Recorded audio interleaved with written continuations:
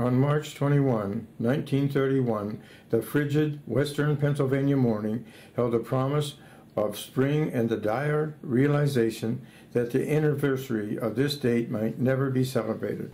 Dr. Winters held the newborn baby in his arms while talking to the mother. "Have you ever seen such a beautiful baby?" "He's beautiful, all right," she said. "Look how little he is, Anne." Dr. Winters placed the baby in his mother's arms. "He's not very big, is he?" Anne said, gazing at her son. Dr. Winters looked out the window.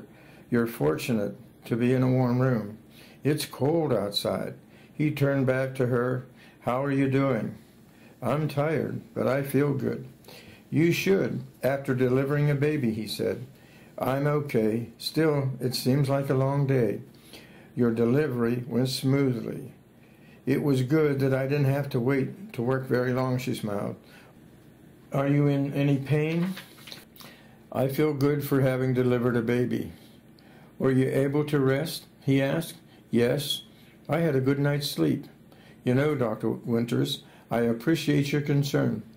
"Do you need anything?" "No, I'm doing okay. Thank you for asking." "Anne, I need to discuss something with you. There is a problem," he said gently. "What kind of problem?" She looked at the doctor and frowned. "Your son has a defect," he said very softly.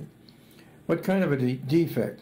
she asked with fear in her eyes as she stared at her doctor. She had known him for many years through the church because he had delivered her other children. "He has a spinal bifida," Dr. Winters said. Her heart started to beat a little faster. "My younger sister has a spinal bifida. I was very young when she was born, and I'm afraid I don't know much about it. I know my sister occasionally walks with a cane, but most of the time she's in a wheelchair." "Does this run in the families?" "Yes, it's hereditary. It's a congenital defect." "What do you mean?" The crease in her forehead deepened as she rubbed her son's shoulders. "It means present at birth," he said. "What is it exactly?" Her voice quivered. "Your son has an open hole located in his back near his tailbone." "What caused it?" she asked as her breathing became labored. "It's caused by the closure of the spinal column with herniated protrusions of the meninges of the spinal cord." "I'm afraid I don't understand." She stroked her son's hair. "The spinal column is bulging out." "Why and how did this happen?" Anne asked. "It occurs when there is damage to the embryo during the first week of pregnancy. During the 24th or 25th day, the spinal column closes and seals the spine to protect it. It's probably due to a combination of genetic and environmental factors." "I don't understand." "If there's anything foreign in the spinal column, such as a sliver of bone or a hair particle, the antibodies will attack and the pressure will force the opening. The opening starts out small and will increase in size as it comes to the surface of the skin. It may be no bigger than a dimple, or it can be as wide as 4 or 5 inches. I still don't understand." Dr. Winters took time to explain more about the antibodies. "If too much spinal fluid drains into the brain, it will enlarge the skull to 2/3 the size of the body. This is known as a hydrocephalic head." "What effect will that have?" she asked as she hugged her son. "He won't be able to move." "Why? What will stop him?" "If he tries to sit up, the weight of his head would break his neck. He would be confined to his bed for the rest of his life." Anne clutched her baby as her eyes widened with fear. "And if the fluid doesn't drain into the brain, the other possibility is a microcephalic head." "You mean there's another problem?" she asked as her body shivered. "Yes, the head could decrease in size because of the lack of spinal fluid flowing into the brain. Hydrocephalic and microcephalic children do not have a very long life expectancy." The fear in Anne's eyes increased as she learned about the horrors of her son's spinal bifida. "What can be done for my son?" she asked as her hands started to sweat. He must have surgery, he answered. Generally, the child should be operated on within the first 24 hours. Why does he have to have the surgery so quickly? Infection may occur because of the open hole. The operation must be done to close it to protect him. When are you going to operate on him, she asked. Dr. Winter said, I'm not going to operate on your son right away.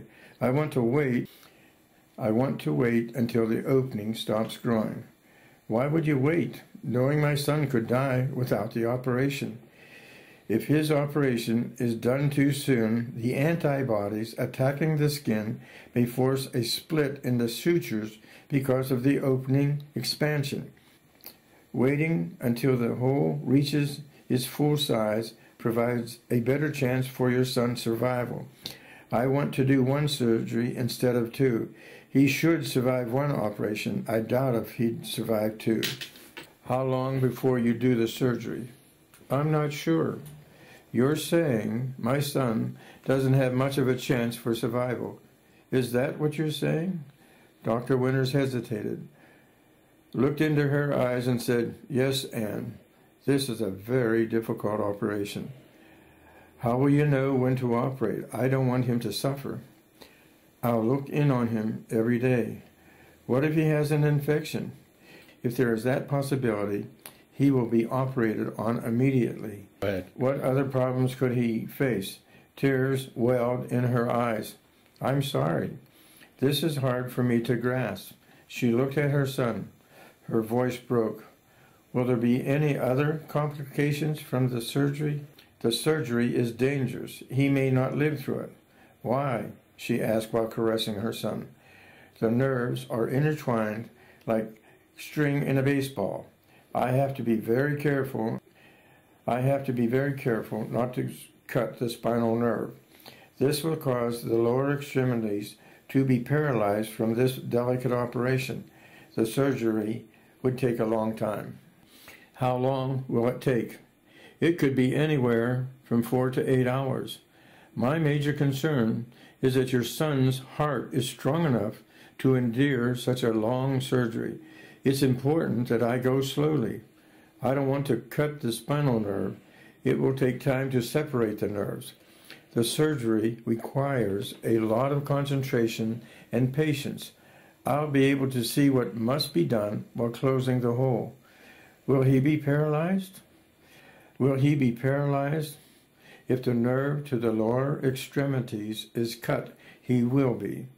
How soon will you know if he can move his legs? He'll move his legs when he's stretching after the operation. How long can he be expected to live? He'll live 1 to 4 years with surgery, less without it. You mean to tell me my son will not live any longer than 4 years? Her voice shook. Yes, Anne, that's the life expectancy of a spinal bifida child. He may live until he's 7.5 years old. If he lives longer than that, he'll be mentally retarded. I'll do everything that's possible to keep him alive. Dr. Winters picked up the baby and took him back to the nursery. He wanted her to hold the child while hearing what he had to say about the spinal bifida. Dr. Winters was a general practitioner who always listened to what was said. His outstanding characteristics was his love for his patients. Anne knew this because he gave her all the answers to her questions. She was exhausted and stunned by the realization of what was ahead for her son. Anne thought about all the things Dr. Winters had told her. The pressure she felt was so heavy that it made it difficult for her to breathe. She spent the time praying and asking God what she must do. Her faith was so strong she felt God would provide the guidance in making the best decisions for her son. She knew her son would be treated as if he were normal and be given the best service that the doctor could provide. Her faith in God would make a difference. At that moment, it was difficult for her to see how anything could be changed. So much information and pressure made it difficult to focus on God and allow Him to touch her heart. She needed his understanding and direction to know what must be done to benefit her child. She knew that God would increase her faith by providing the answers that were needed. No matter how much she prayed, it was difficult for her to get rid of the desperation she felt in her heart. God, give me the energy and strength to deal with whatever situation spinal bifida causes, she prayed. Help me to have a clear mind to make the right decisions that will add years to his life. This lady was spiritually tough and walked with God daily. She shared everything with him, as good friends do. She was my mother. My name is Byron. I was born with a spinal bifida, and this is my story.